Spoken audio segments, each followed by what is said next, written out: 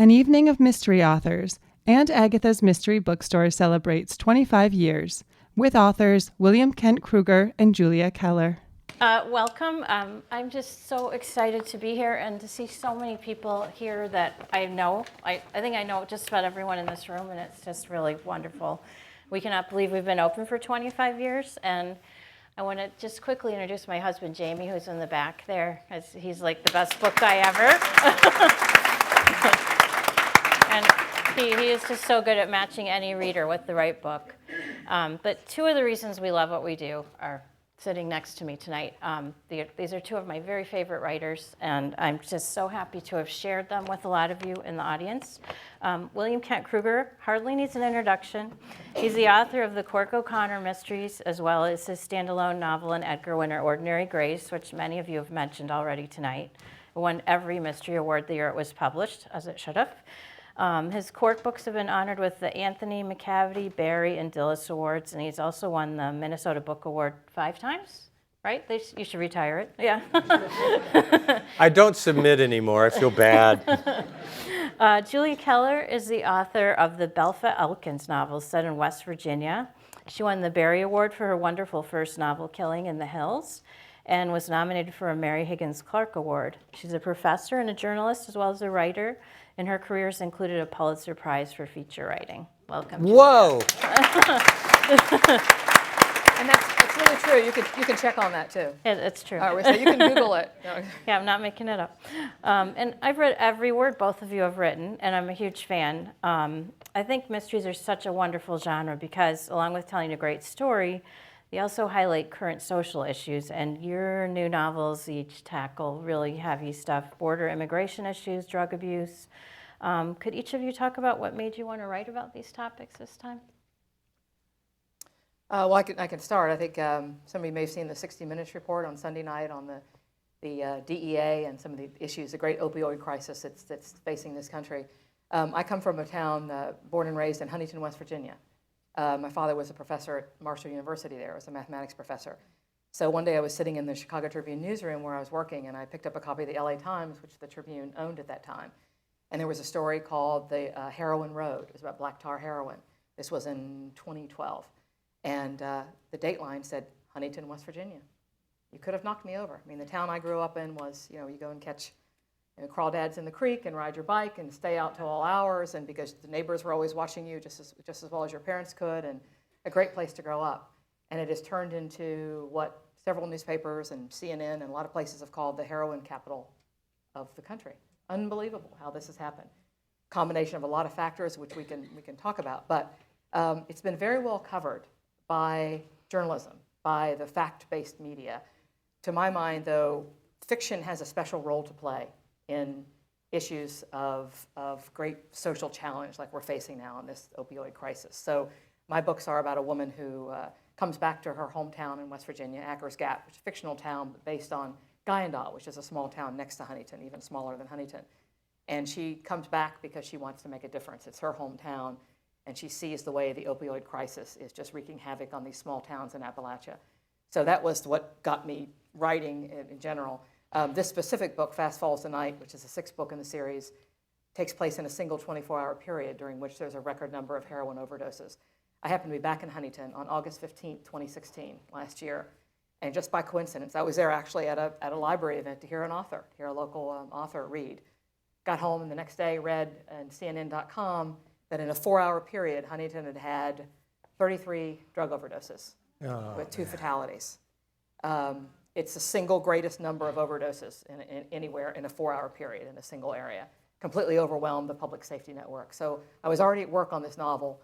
I completely reworked it in light of that and made it within this 24-hour period.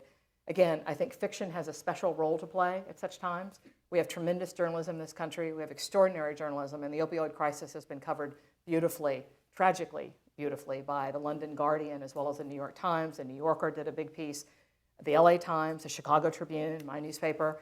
But fiction has something else to say. It's another way of coming at the truth. As Emily Dickinson said, tell the truth, but tell it slant. And that's something that has a special role for fiction, and that's just kind of me groping for a way to tell the story about my hometown and what's become of it. Wow. Can't follow that. So if you're familiar with my Cork O'Connor series, you may be aware that very often at the heart of my stories is a significant contemporary social issue about which I feel quite strongly. So I've written about the tragic situation that exists in many communities that have a significant Native population that involves the sexual trafficking of vulnerable Native women and children. I've written about the rape of the land and the resources, particularly Native land and resources, by deep pocket, uncaring corporations. We used to have in literature what we called the social novel. And these were books that had at the heart of them an important contemporary social issue that the author wanted to bring to the awareness of a larger public. So think about Charles Dickens. All of his novels were social novels. Think about Upton Sinclair or Theodore Dreiser. These were all social novelists. We don't really have social novels anymore per se. What's taken their place, in my opinion, are novels in our genre, the crime genre. And very often you're going to read a fine crime novel that, in addition to being a wonderfully suspenseful read, talks about an important contemporary social issue. So writing about the issue at the heart of Sulphur Springs was nothing new to me. It's about the wall that, as nearly as I can tell, is supposed to go taller and longer. It's about this arbitrary line marked across our continent that tragically divides two nations, two people, and very, very tragically divides families now as a result of our policies. Okay, here's a confession. I am an unrepentant bleeding heart liberal. Shocker. And I have a profound opinion on how we need to respond to this crisis. And one of the things that I love about what we do is that you can put at the heart of a good, compelling mystery an important social issue. And as long as the mystery surrounding it is compelling, even people who don't necessarily agree with you will still read you. And I love the fact that I can get up on a soapbox and spout off without giving the other side an opportunity for rebuttal. And how often do you get that chance? Have you heard if you're bleeding heart liberal, you probably have heard the joke recently that the only wall we need in this country is the one around Harvey Weinstein. Yet that is so true. Well, on a more practical writing level, how do you balance out putting these social issues and telling a great story at the same time? Yeah, I think that's, and you were talking a little bit about that, Ken, the idea that the entertainment has to be at the center of it. And there's absolutely nothing wrong with that. I mean, you've got to, what's a friend of mine is in sales and always says, they don't care how much you know till they know how much you care. I think it's the same thing with a novel. It has to be entertaining. You have to have a good story there with compelling characters, because nobody wants to hear us talk politics. Nobody wants to hear anybody talk politics, I don't think. I mean, you try to listen to some of this, and it's just there's such vehemence on both sides, and no one's really listening. But in a novel, uniquely, I think you can dramatize some of these great social issues. I mean, my contention is, and again, I don't mean to sound so highfalutin, which I probably did in my initial talk there, but to me, the great moral crucible of our time, there are many of them, but is the opioid crisis, and here's why. Because it asked us to examine our own values and principles, because people, in many cases, have brought this on themselves.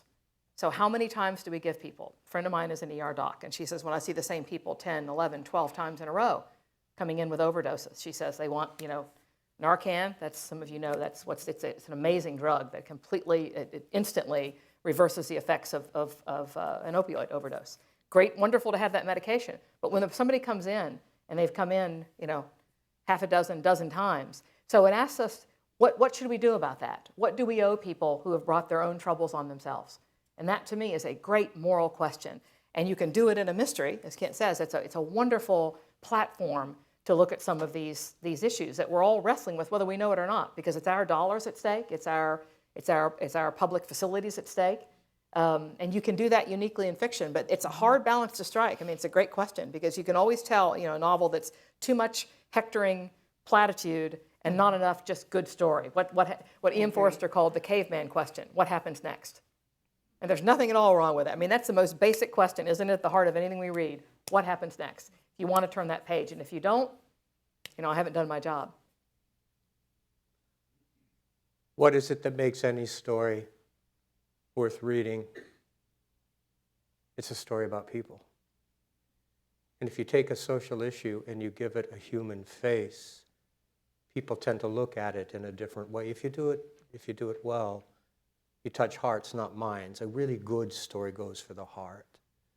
Why do you care about Oliver Twist? You care about Oliver. You fall in love with that kid who's struggling. More, please? You're on a Dickens kick, aren't you? Yeah, Somebody's been reading a lot of 19th century literature, I think.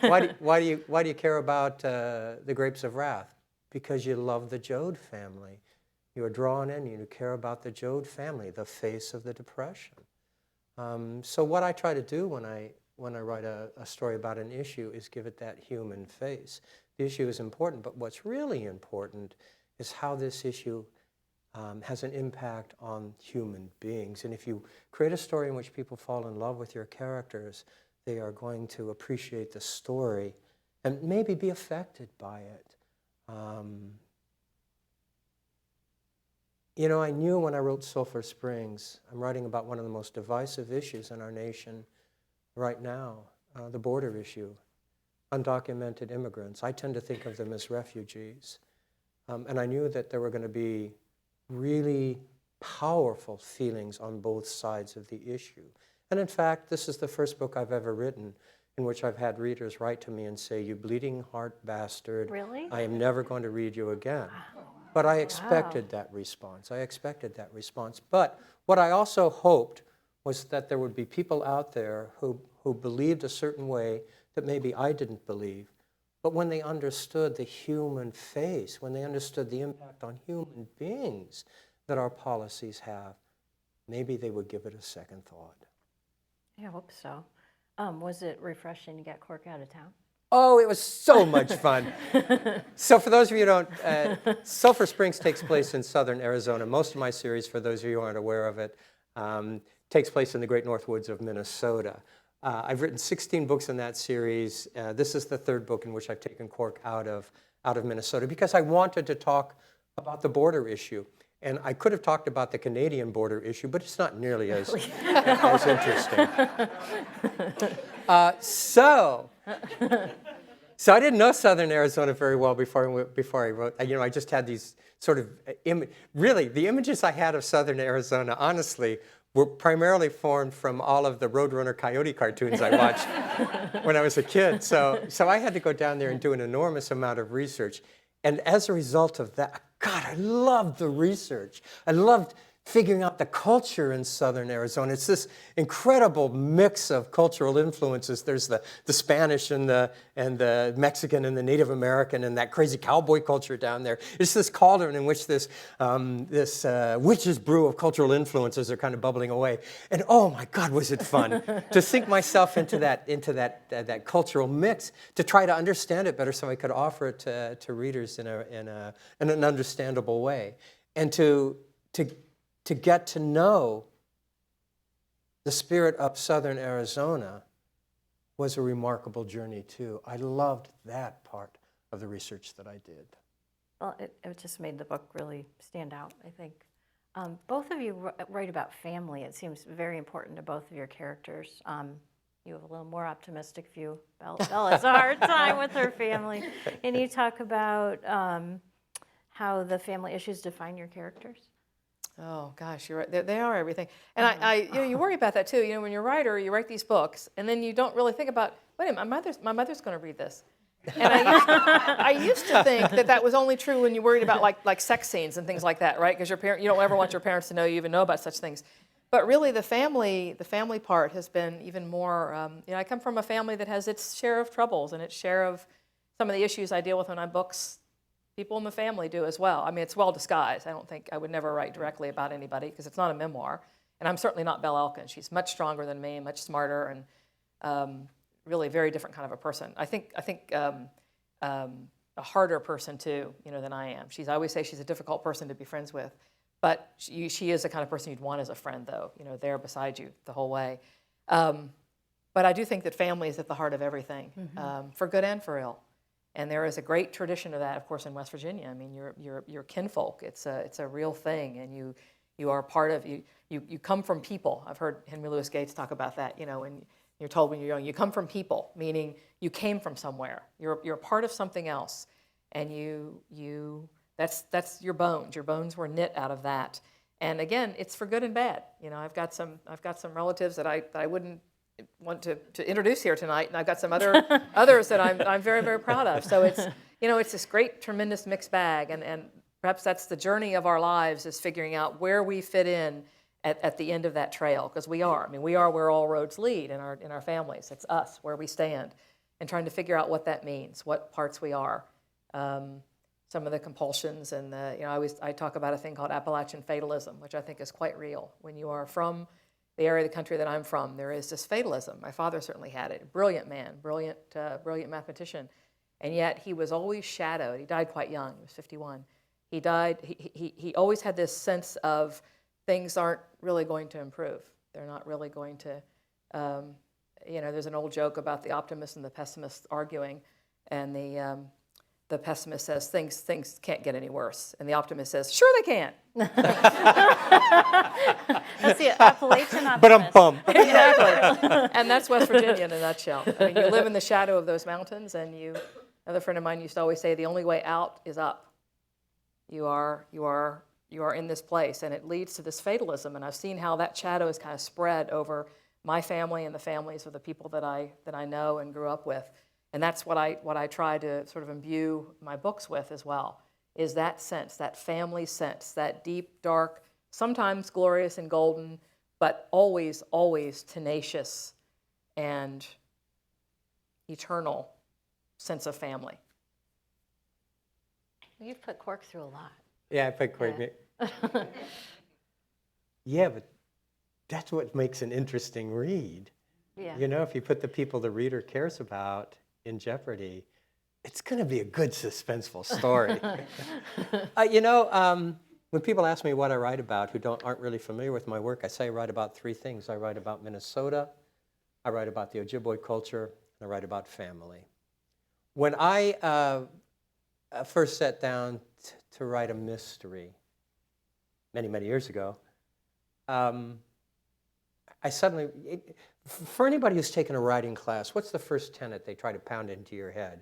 Write what you know, right? Write what you know.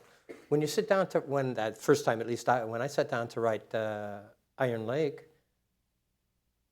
I realized that, there were so many things I was going to be writing about that I didn't know. Forensic investigation, ballistics, the minds of serial killers, And so I thought, okay, if I really believe the tenet, write what you know, and I do, then the question was, how was I going to write what I know and still write a mystery?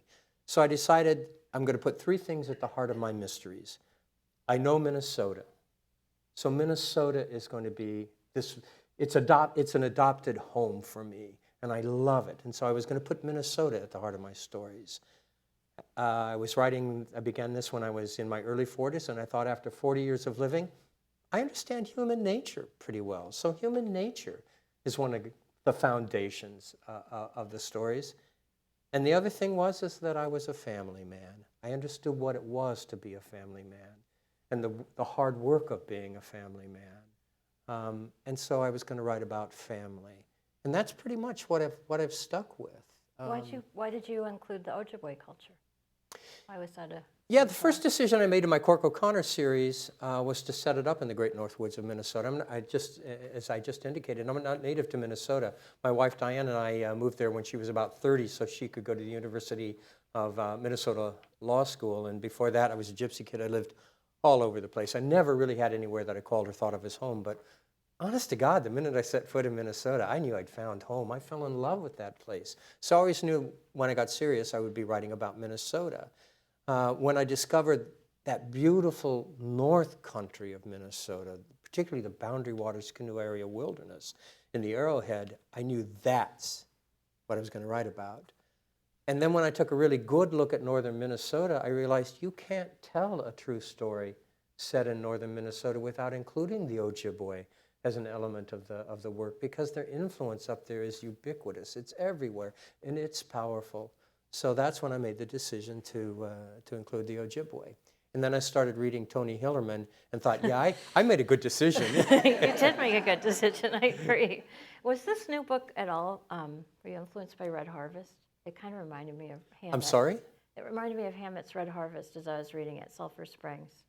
Do you like Red Harvest? I love Red Harvest. Okay, I think it's like a it's pivotal my least novel. favorite book of his. I think it's like where you can see the Western becoming a mystery. I know. I mean, that's why I like it. I mean, I like. I think I'm closer to Elmore Leonard's Westerns with Sulphur Springs. Really? If you know Elmore Leonard's Well, I Westerns. do.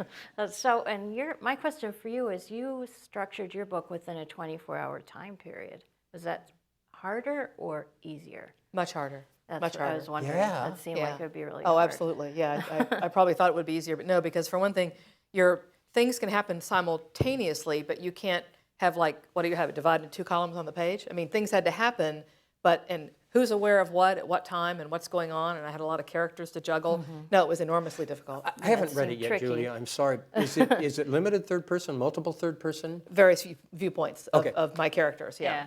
Yeah. Bell Elkins is a primary one, but there's also a deputy sheriff. There's a sort of a pastor who has fallen. Into What some great bad characters, habits. pastors who have fallen. Pastors who They're have so fallen. rich. I know. Anybody, I love sort of sanctimony stripped bare by the realities of life. There's right? a pastor in the back row. Oh, really? Yeah. Are you fallen? Yeah, she's not fallen. I don't think so.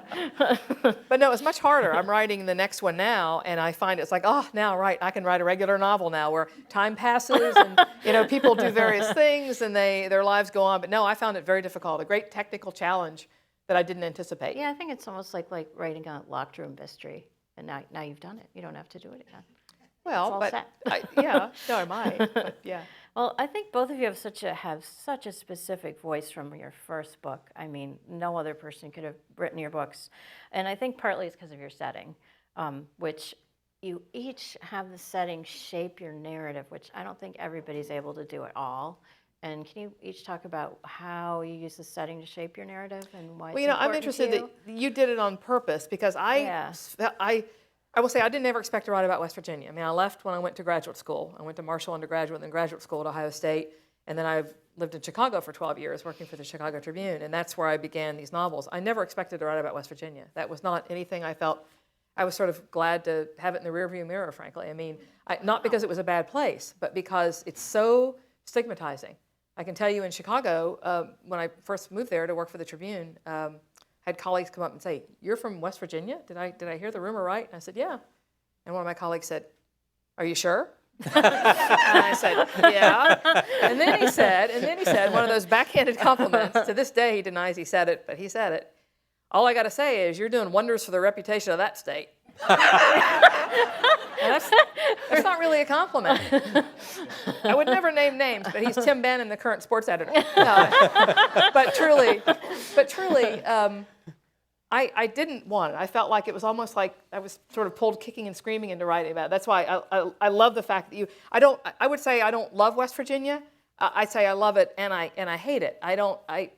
In that way, we're kind of like, it's this great sort of tumult in my soul about being from West Virginia because again, it has such think of the image. I mean, when you say West Virginia, it's the last prejudice available. People, when I was a kid, we would travel because my dad got his graduate degrees. One of them was at University of Arizona at Tucson, so we lived in Tucson for 3 summers, and then Urbana-Champaign, University of Illinois for his PhD. And people literally, you say from West Virginia, I was just a kid, and they look at your feet. To see if you have shoes on. Really? True story. I mean, imagine such a prejudice. I look back on it now, and it's horrifying that people would have that. So I really didn't. I was compelled to do it, and I wonder too if I can just ask, do you feel that you're somewhat marginalized by writing about a place? I mean, I have felt that from time to time. I felt that certain reviewers will, as writers, we're sensitive to every slight, but. It's this idea about, it's just West Virginia. How important could this be? These people are not real people. They're not. a reviewer for a large major publication in a big city once said that. I mean, sort of implied that in the review. Like, yeah, but these are almost like they were people in a petting zoo or something. They were exotic, strange, weird. They don't have the same ideas as other people. After all, they live there. Who would live there if they had other choice? That sort of thing. I mean, truly. I know I sound all embittered, don't I? Really? But if you read the books, the characters are, they're universal. They're not. The same lust, greed, hate, jealousy, rage that we all experience every day, and yet there is a society. It's a very exotic place to be from, and I had to kind of live my way into, and now it's just fine with me. I mean, I love the idea of being from West Virginia, and that is where my family's from, but I came to it with some struggle, I have to say. But you love Minnesota, but it's so cold, Kent. Keeps the riffraff out. I had the great good fortune of hearing Tony Hillerman's one-time editor, a guy named Eamon Dolan's, talk about Hillerman and his work. And in the course of his talk, he threw out a term that has always stayed with me. He said what Tony Hillerman writes is domestica exotica. And what he meant by that was, and he said American readers love domestica exotica. And what he meant by that was they love stories that are set within the confines of the continental United States, domestic, but they love being taken to a place they don't know at all, so it's exotic to them. And anybody who reads the Tony Hillerman series, you know that Four Corners area that he writes about, people in New York City sure think it's exotic, in the same way that they think Minnesota is exotic. And what he said is that readers love an author who takes them to that place and delivers it to them in a way that when they leave the book, they feel they've been there. They've really experienced that place. And that's what I want. That's what I hope readers leave one of my Cork O'Connors or Ordinary Grace feeling like they've been in this place. When I teach writing, I always teach setting as the first of the narrative elements. Before character? Setting Before character. Before atmosphere, before voice. It even comes before plot in my thinking. Really? Because I think in my work and the work of those writers I admire, everything rises out of place. You read a James Lee Burke novel. The characters that inhabit that place are unique because of the culture of the place. The plot, the motives rise out of the reason that place is the way it is. And so in Minnesota, the characters, the plot, the atmosphere, the issues, the motivations, all of these things, more often than not, rise out of the fact that northern Minnesota is the kind of place that it is. I agree. I don't know, I was just thinking though, but the vast majority of crime fiction is New York and LA. Well, and that's why you get that reaction. Who cares about West Virginia? I don't think that's as true anymore. I agree. Tony Hillerman was the guy that started it. It's a way, and James Lee Burke. But you look at C.J. Box, you look at Craig Johnson, you look at Margaret Cole, but you look at Dennis Michael Lehane. Conley. I could give you as many on the other side. I don't know. I think that the big city is still the. It's still wait big. a minute. These mean streets. Louis Penny and Three Pines. There you go. The smallest. It's as big as this room, probably. But I understand exactly what you're saying. But I do believe it is changed. It has changed and it continues to change. But New York and maybe LA continue to feel like the whole rest of the nation is just the great flyover. Well, and Chicago, though. No, I should add, great mystery writers in Chicago too. Michael Harvey, and there's a great new tradition of that. Yeah. So big cities. But no, that's the first question I got. The very first event I did after my book, it was an event in Chicago, and somebody said, "Why didn't you set it in Chicago? You're a Chicagoan." And I thought, why didn't I? I don't know. I can't. Well, did you say because people in Chicago wear shoes? Yeah. Well, one of my favorite of your books is Summer of the Dead. I think that's the one where the miner has been in the mines for so long he can't stand up straight anymore. Now, where else did you write about that guy? Yeah, I had to put a little author's note at the beginning because I knew nobody would believe me, but it was a real story that I did. You remember when the movie October Sky came out based on Rocket Boys? Wonderful memoir of Homer Hickam, who grew up in War, West Virginia, extreme southern West Virginia. Jake Gyllenhaal, early role. Yeah. Oh, it's a wonderful movie. If you haven't seen that movie, it's an American classic, as is Rocket Boys, which is the original book that October Sky was based on. But I had been down there, and I met a woman in, well, it's McDowell, we would say McDowell, but down there it's pronounced McDowell County, West Virginia. And she, in fact, the last Walmart just closed in McDowell County, to tell you how impoverished it is. When the Walmart closes, you're in big trouble.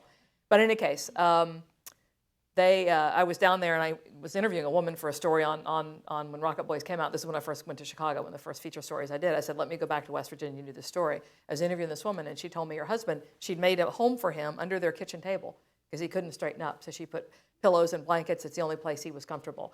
So I moved that to a basement, but used it in my book, and I knew nobody would believe it. I mean, it sounded talk about exotic. That's so heartbreaking. I mean, somebody making a home underneath it because he couldn't straighten up after all the years in the mine. So I pointed out to people that it really was true. I mean, I'd been there, I'd seen his place there under the kitchen table.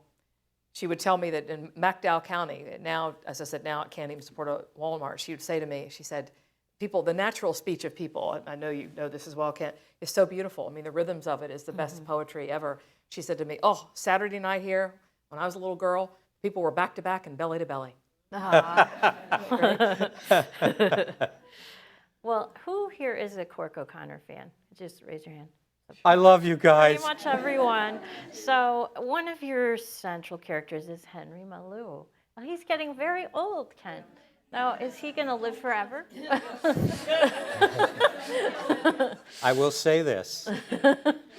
I have just finished number 17 in the Cork O'Connor series. It's called Desolation Mountain. It'll be out this time next year. And to answer your question, you need to read that book. Aww. And I wonder... That's all I'm saying. Okay, well, can I ask about Stevie? Because it seems like he might be stepping up a little bit. Desolation Mountain is in Stevie. large measure Stevie's story. Oh, okay. Stephen. He is Stephen now. Stephen. I'm sorry, I can't only He began think of him as Stevie. Stevie, yeah. So for those of you who don't know my series, it spans 15 years, 16 years now in the lives of Cork O'Connor and his family. So his youngest child, Stevie, when the series began, he was 5 years old and he was Stevie, but when he became a teenager, he wanted to be called Stephen, and so he's been Stephen ever since. And Stephen is a kid who, more than anybody in Cork's family, shows his his Ojibwe genetic heritage. He's dark-haired, he has fine cheekbones, facial features, almond eyes, and he wants to be a Mide. He has all his life dreamed of being a member of the Grand Medicine Society, a Mide, a healer. And so many of the stories have dealt with him wanting to be on that path. Desolation Mountain deals significantly with his he also has visions. And they're always terrible visions. And Desolation Mountain, he sees a terrible vision and he wants to run away from it. And so it's part of his accepting who he is and the role he has been assigned by the Great Spirit, the Great Mystery in his life. It's a good wonderful story, It folks. sounds wonderful, yeah. And can I also ask, when you wrote Ordinary Grace, which I think of as an American classic, I mean, so how do you move past writing a book that's that great? And are you tired of talking about it? I know I never get tired of hearing American classic associated with my book. It reminds me of To Kill a Mockingbird. It's such a great book. Well, thank you. You know, when I talk to writers, whenever I address writers and I'm talking about Ordinary Grace, I say to them, I hope you have this experience in your journey as a writer. I hope at some point you discover that story that feels to you as if you were born to write it. This was the story you were always meant to write. And that was Ordinary Grace for me. But I'm a storyteller, so my stories don't stop there. I may never write a story as fine as Ordinary Grace is, but that doesn't mean I'm not going to write stories. Well, good. Well, I'm glad to hear that. Well, you guys are like answering questions. Hey, wait a before I minute. ask them. Can we throw you a question? All right. Is that kosher? No. No. Okay. Yes, of course. I didn't discuss this with you before, Julia, but 25 years. Do you know how unusual that is for an independent bookstore these days to have been in business for 25 years, a quarter of a century. So I want to know two things. I want to know why you made the decision to get into this crazy business in the first place. We didn't know any better. Okay, that's too simple. Yeah, but. So answer that one first, and then I'll throw the next one at you. Well, the true answer is I love mysteries, and I always have. And Jamie, my partner, had been working at Borders, and we thought if we opened a store, it should have a niche. And mysteries are such a huge genre. We have 30,000 books that you can specialize in them. And plus, they're great. Have you always been at the Aunt Agatha's location? Yes. Right from the get-go? Right. It used to be the seedy side of town. Oh, so rent was cheap. Yeah. No. Well, our landlord had redone it, so we got in at a good moment. And how the odds against an independent bookstore succeeding these days are enormous, primarily because of Amazon, that huge, faceless, uncaring entity for whom books are nothing more than units to be moved, like shoes and taco makers. And they undercut every independent bookseller. Absolutely. And they don't pay taxes. And there are all kinds of things wrong with that monster. How, against these kinds of odds, have you managed to survive? Well, it's sometimes dicey, and as a lot of you are customers, we sell used books, and those really help carry us because they're cheap and people buy a lot of them, and we don't pay a lot to get them. And you've established a clientele that trusts you, comes in time and time again? A lot of them are sitting here. Who has ever had a bad book recommendation from Robin or Jamie? There you go. There are people. Oh, wait a minute. I saw a guy.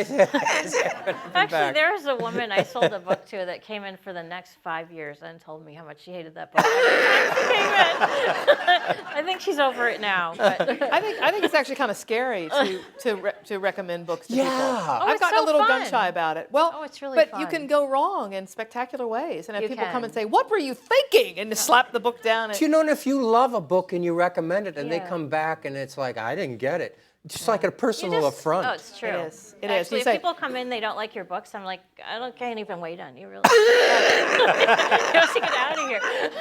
Right, we can't be friends anymore. It's true. It's true. There's a couple authors I feel that way about. Well, and you and I disagree about a major author. Vehemently disagree, yes, we and yet do. we've remained friends. we I can think. be friends. Yeah. Oh, why did you bring that up? Wait, I did. You brought it up, so why don't you tell? No. This is what I love, though. It's the diversity. I love it. I love it to run into somebody that loves something that that left me completely cold. There is no better experience, and I'll say, just explain to me, tell me what it does for you. I mean, that's what I love to hear. I was a cultural critic for the Tribune, and what I loved more than my opinion was other people's opinions. Something that is vastly popular that did nothing for me. I am fascinated by trying to figure out what it was that somebody else got out of it. I mean, I'm just utterly fascinated by that. And this is one of the values I see in a book, being a part of a book club. Because I will often have a response to a book, and Absolutely. when I go to my book club and we discuss it, I come away with a different impression Yeah. of it. Oh, I didn't Sometimes you see like all it of these better. things. Yeah, and that's what sometimes that's better. what great criticism should do, and that's one of the things. The demise of newspapers is also the demise of critics, daily critics in newspapers for films, for television. I was a television critic at the Columbus Dispatch for many years, Columbus, Ohio, and people say to me, "Well, why do we need a TV critic there? We can just get one from L.A. or get the opinion out of New York or whatever." See, there's something about this great diversity of opinion. If you're a critic, you're arguing the coherence of your opinions. That's what Robert Hughes, the great Time magazine art critic, would say. And there's nothing better than when somebody disagrees completely and argues with you, responsibly, and there's nothing better. It's exhilarating when somebody says, "You're wrong, and here's why." And that's what I used to love that. I would tell you, I had a great record as a television critic. There was a show that came out, a sitcom, and I said, "This thing, nobody's ever going to. This will be gone in a way." It was a little something called Friends. True story. But I will also tell you that my great triumph was a little show called ER premiered the same year as something called Chicago Hope, another right. medical show. Do you remember? I do. Every critic in this country, you can look it up, said Chicago Hope is going to be the big hit. ER, no way. And I said, ER is the one. So I have, good and bad. You were right, yeah. Yeah, now if I could just transfer that to lottery winners, lottery number picks. Well, but no, it's that diversity. Every bookseller I know, like the Da Vinci Code, we got the advanced copy, you're like, what? Yeah. We didn't get it. But there's something about that. What is that? I mean, what is that? I mean, people can take that down, all that, not that you were doing that, but you read a lot of savage, famous, critical put-downs of the Da Vinci Code or any big bestseller like that, right? People tearing it apart, and they love to make fun and mock, and who could ever. And it's like, there's something in this that people are responding to, because books are something that you don't stick with if you don't like, right? Once you get beyond high school, when you're forced to read, I don't know, Dickens, or that kind of stuff. Or Hawthorne. Or But popular opinion, what makes a book popular is so hard to pin down and predict. Impossible. Okay, so the Da Vinci Code is a really good example. So for those, if you haven't read the Da Vinci Code, it's probably the most plot-driven novel you will ever read, with many of the most two-dimensional characters you will ever stumble across. Short chapters, all the... But it also happens to be the best-selling piece of American fiction of all time. Da Vinci Code is currently... Is that true? It is true. The best-selling piece. Now, I have a question for you. Does anyone here know what the Da Vinci Code replaced as the best-selling piece of American fiction of all time? What was the best-selling piece of American fiction before the Da Vinci Code came along? Oh, I so love you. To Kill a Mockingbird. I would so love that to be the correct answer. Anybody else have a guess? No idea. Uncle Tom's Cabin, a great classic, but that's not the one. What?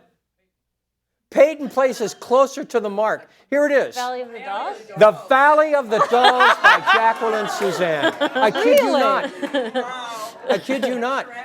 I didn't know that. Yeah. And because it's hard to predict, these are just phenomenons of a particular point in time. Who reads The Valley of the Dolls anymore, right?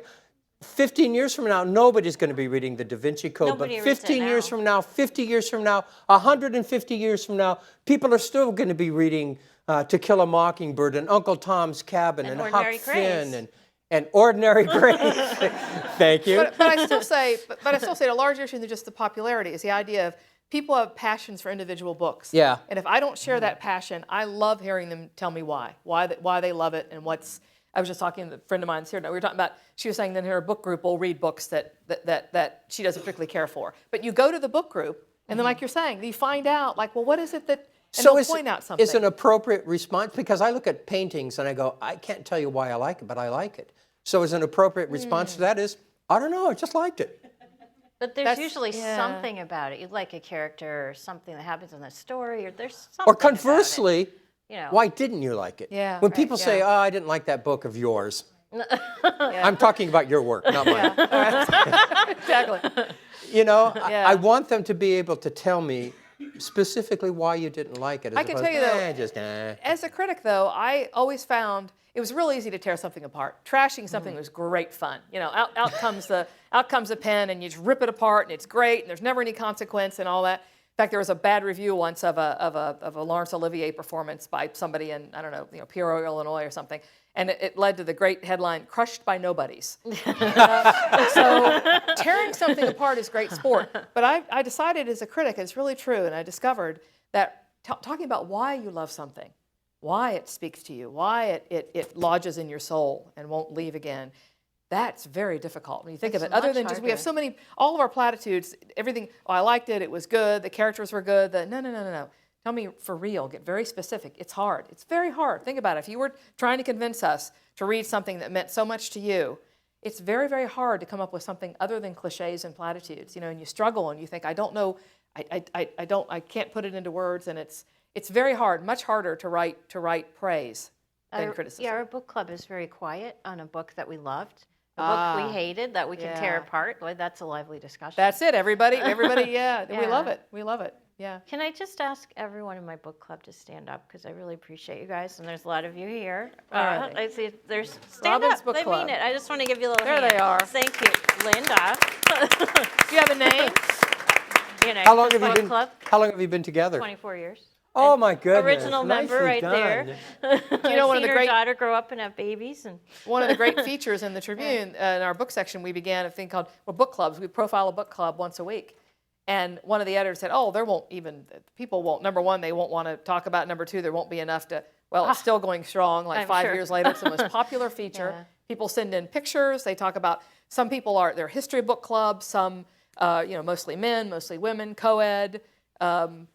The Tribune once had a raffle, for United Way, and what you won as your prize was to have me come to your book club. You're thinking like, really, That's a good prize. But the idea was, you'd have a professional critic there at your book club, and we read The Sense of an Ending, the Julian Barnes book, and then we disagreed. I hated that book. I didn't like it either. That was a great conversation. Half the people loved it, half the people hated it, Yeah. but made a wonderful, lively conversation. I But bet. the book club, what a great phenomenon. It's just. It's wonderful. It's such a great Yeah. way to get together once a month. And Do you really read the books? Like, if you don't like, when do you quit? Like, how far into the book if you don't like it, or do you always read every word of if every it's book? a book club book, I read it all. But for any other book, 50 pages, 50 pages. unless I'm reviewing it for a magazine. But then yes, ma'am. The mic, so I'm going to come here you right go. up here, and then you He's can bringing ask the your mic. question. So hang on. Takes me a little while to come up. Thank you. This has been one of the more interesting discussions I have been to. This has been wonderful. I'd like to ask both of you, because when I read a book, particularly about a place with which I'm familiar, I find myself noticing errors in the location. And I wonder if you've both had experience of hearing from writers about you put that on the wrong side of the street, or something else is going on. Yeah, absolutely. And in fact, I misspelled Greenbrier in A Killing in the Hills. The Greenbrier, some of you know the resort in White Sulphur Springs, West Virginia. In fact, that's what I thought your book was about, Sulphur Springs. And I thought he left out the white part. It's a fancy book, yeah. Yeah, Acker's Gap is fictional, but I give sort of a general idea of where it is. And I got a detailed letter from a woman who pointed out my geography could not be true. It can't be that close to Washington, D.C., and yet still be half an hour from Charleston, and still, yeah. And I love that. I mean, how wonderful to have readers attentive enough. Mm-hmm. I love it. Belle's love interest in the first book has sort of reddish blonde hair, and then in book 4, suddenly it's brown. And I had missed it completely. And it's incredible privilege, to get that kind of a note from somebody, because they're not so much got you, as in like, Just you want need to to help you. pay attention to this. So it's really quite wonderful. But geographically, yes. I mean, I've been wrong, and it's. I said I really love it when people point that out. I mean, now I didn't love it as a newspaper reporter. I should say I'm always saying to people that if you get something wrong in a newspaper, you're really sick to your stomach for a week. I mean, it's dreadful. I don't know if people understand that, but if you find a mistake in a paper and they run a correction, as the writer, you are completely humiliated. There's no worse feeling in the world. But as a fiction writer, it's like, right? You made it up, right? Yeah. How about you, Kent? It's fiction. Yeah, when my second novel, Boundary Waters, came out, the opening scene has a guy the opening scene takes place in the Boundary Waters Canoe Area Wilderness, and a guy takes a stick out of the fire, and that stick has to hold the ember on the end of it, that red hot ember, for reasons I won't go into. So I needed a really good, hard wood, and so I made it ironwood. And I had a friend of mine who was aficionado of the Boundary Waters Canoe Area Wilderness read my book, and he said, "Oh, Kent, there are no ironwood trees in the Boundary Waters." So I said, okay, I still need a good, hard wood. So I went to my handy-dandy Little Trees of Minnesota book and went through them, and beech. Oh, beech is a good, hard wood. It's here in Minnesota. That's what the little icon at the bottom of the page says. So I made it a beech stick. Well, the book comes out, and 2 weeks after it's out, I get a nice note from a woman saying, "Dear Mr. Krueger, I have just finished Boundary Waters. I have to tell you, I love the story, but there are no beech trees in northern Minnesota." And I said, "Well, now, wait a minute."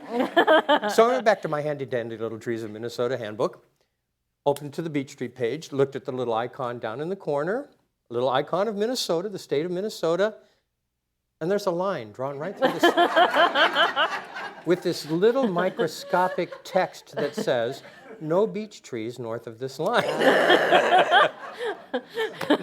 So yeah, it happens. Else? Okay. Oh, and she's way over here. I so know. You got to walk they're really keeping far. me busy today. Hang on just a moment. He's running. Right. It's like this night show, Yeah. you know, when they go and It's a they. Tim show, yeah. I'm so glad to see you guys again. I have a question for both Julia and Kent. I was wondering, Julia, since Kent has taken his character out of Minnesota, northern Minnesota, for a few books, if you've got any plans to take Bell out and find an adventure somewhere? Well, those of you who've read Fast Falls of Night know that there is a rather momentous event that occurs with it that will necessitate that. So, yes, she does a bit. A bit. I do think of her as sort of West Virginia bound, but she's perpetually, her big struggle is whether she should stay. You know, do you remember The Outsiders, the great S.E. Hinton? Before it was called, YA was not a genre. Before there was a YA, it was just a great book. There's a character that goes to a fortune teller, a young man, and she looks at his palm and she says, "Some will go and some will stay. You will stay."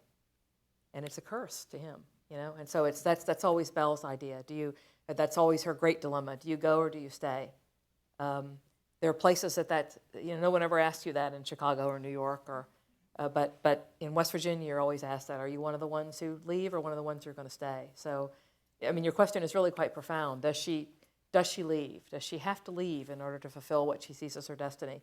In Sorrow Road, the book just before this one, the sheriff has a moment when he thinks, he's always thought of it as kind of a curse to be there in West Virginia and have to stay there. And he thinks to himself that gradually he's come around to thinking that it's a privilege, as he says, to live your life, to live each day on the land that gave rise to you. God, that's beautiful. That is But you have to lovely. live your way into that. You know, if somebody tells you that as a kid, you'd shoo them away. But You know, you talked about what people think of West Virginia. I always think of the John Denver song. Yeah. I know. Almost heaven. Yeah. we have mixed emotions about that song. John Denver was great, and I love John Denver, but a lot of those things mentioned in that song are not actually in West Virginia. They're in Virginia. Oh. And you would be stunned at how many people think that West Virginia is Western Virginia. I have been at events like this with learned people, and they will say to me, "Oh, you mean Western Virginia." They don't know that there's actually a state called West Virginia. Really? That's a little sad. And my question for you, Kent, is I know there's a lot of TV activity surrounding the city Fargo. And I know Kent's gone north and he's gone, east over to Michigan. Yay. That was a good, Are you that was a a good Youper? book. And he's gone, I went to She's from down college here. up there. For Okay. 4 years. And of course now south to Arizona. So any plans maybe to go to that unique little town and see what's going on over there? Oh, no, they've already mined overdone. Fargo. Covered, yeah. Yeah.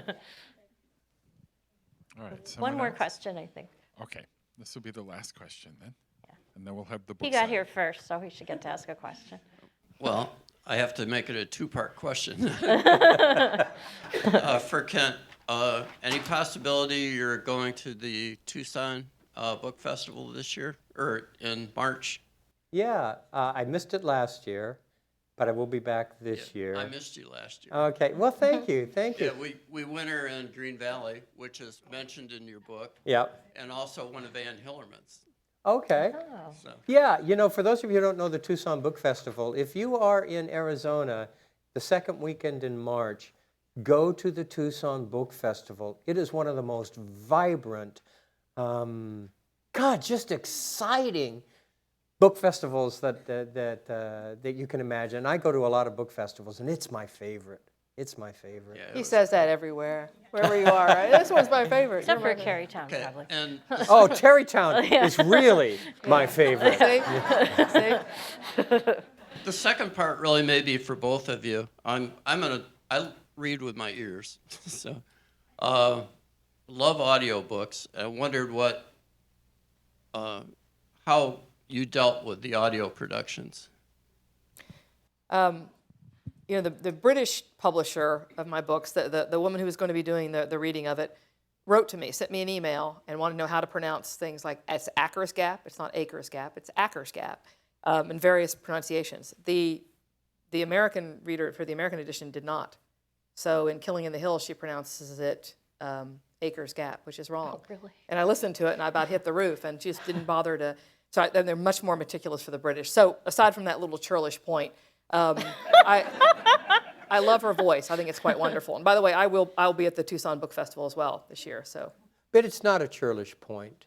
Not really. Because Me at the book peop- festival? No. Oh, that. Acres Gap. That's Yeah. not true. When Yeah, really irritating. when readers who know the area and Yeah. know how, I mean, my current reader, I've had 3 different audio companies do my books, and the first 2 asked me how you pronounce the Ojibwe terms, how you pronounce the unusual Minnesota terms, but my current audiobook publisher does not, and the reader is a great reader, but he gets a lot of it wrong. Yeah. Oh, Because that's they just too get the bad. pronunciation, and so I don't listen to my audiobooks Yeah, no, because it it's just drives me up a wall. It's a painful experience. We have no control over this, by the way, folks. Our audio company chooses our readers. We have nothing to say. But I actually auditioned to read my own Did you? work. I did. When my books went to a company called Brilliance with Thunder Bay, I said, could I maybe read my own books? Because I'm a pretty good reader. And they said, well, sure, come on out. We'll give you an audition. So I went out to, this was their headquarters are in Grand Haven, Michigan. So I went out to Grand Haven. They put me in this little booth, headphones on, a copy of Thunder Bay in front of me, and they said, okay, begin to read. So I read from the beginning of the novel, and it's mostly expository, and I'm pretty good reading expository stuff. And they said, great, Kent, we have a place marked where there are going to be several voices involved. Could you read from that? So I turned to that section, and I started to read. And then I realized why they have professional people do this. Because my men sounded exactly like my women. My kids sounded like my adults. The thing about a good reader is that this is an artist at work. These are people who can create unique voices and carry them across the whole course of the piece without dropping them. That's talent. That's art. That is a talent. Well, I want to thank both of you for being here. This was such a great conversation, and thank everyone in the audience for being here too. And you guys can assign books over there, so if you have another question, you can ask them in line. Thank you very much. Thanks, folks.